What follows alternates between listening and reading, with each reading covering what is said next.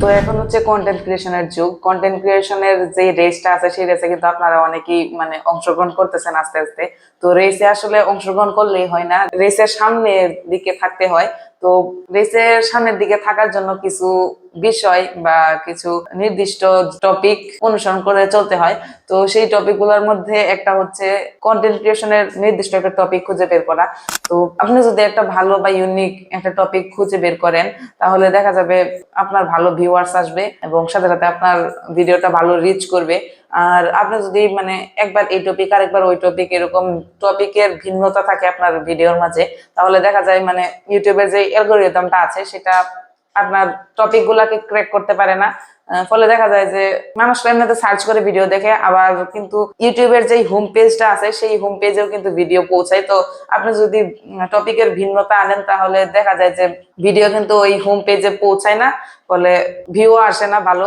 তো এই জন্য আর কি একটা নির্দিষ্ট টপিক অনুসরণ করে ভিডিও করা প্রয়োজন। তো আমি আজকে আপনাদের সাথে শেয়ার করবো আমি আমার ভিডিওর জন্য কিভাবে টপিক খুঁজে পাই।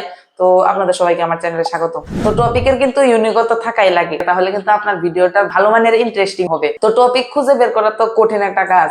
তো আমি আমার টপিক গুলাকে মানে একদম সহজ একটা নিয়ম অনুসারে মানে খুঁজে বের করার চেষ্টা করি, মানে আমার জীবনের সাথে মিল রেখে আমার ভিডিও টপিক গুলাকে আর কি খুঁজে বের করার চেষ্টা করি। তো কিভাবে আমি খুঁজে বের করি, যেমন ধরেন যে আমি আমার জীবনে কি কি করতেছি না করতেছি সেই বিষয়ে একটা ভিডিও দেই। আবার মনে করেন যে আমার কিছু মতামত বা আমার দর্শন অনুযায়ী যেই মানে আমার মনে হয় যে কিছু টপিক আছে সেই টপিক নিয়ে আমি কথা বলি। আবার দেখা যায় যে ইউটিউবে আমার মতো যারা ভিডিও করেন, যারা কন্টেন্ট ক্রিয়েশন করেন, তাদের ভিডিও দেখেও আমি মাঝে মাঝে কিন্তু টপিক নির্ধারণ করি।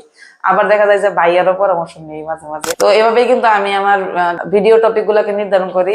এটা করে দেখা যায় যে মানে একটা নির্দিষ্ট থিম অনুযায়ী আমার ভিডিও গুলা ইউটিউবে আপলোড হয়। তো যদিও এখনো ভালো একটা পারফরমেন্স পাই নাই, আপনারা যদি একটু সাপোর্ট দেন তাহলে ইনশাল্লাহ আশা করতেছি ভালো একটা পারফরমেন্স পাবো। আর আমি যে বললাম যে আমার বিষয়গুলোকে সিলেক্ট করি, ওই বিষয়গুলা কিন্তু আমি আবার নোট করে রাখি, কারণ আমার কিন্তু মাথার মধ্যে প্রবলেম আছে, ভুলে যাওয়ার একটা সমস্যা আছে।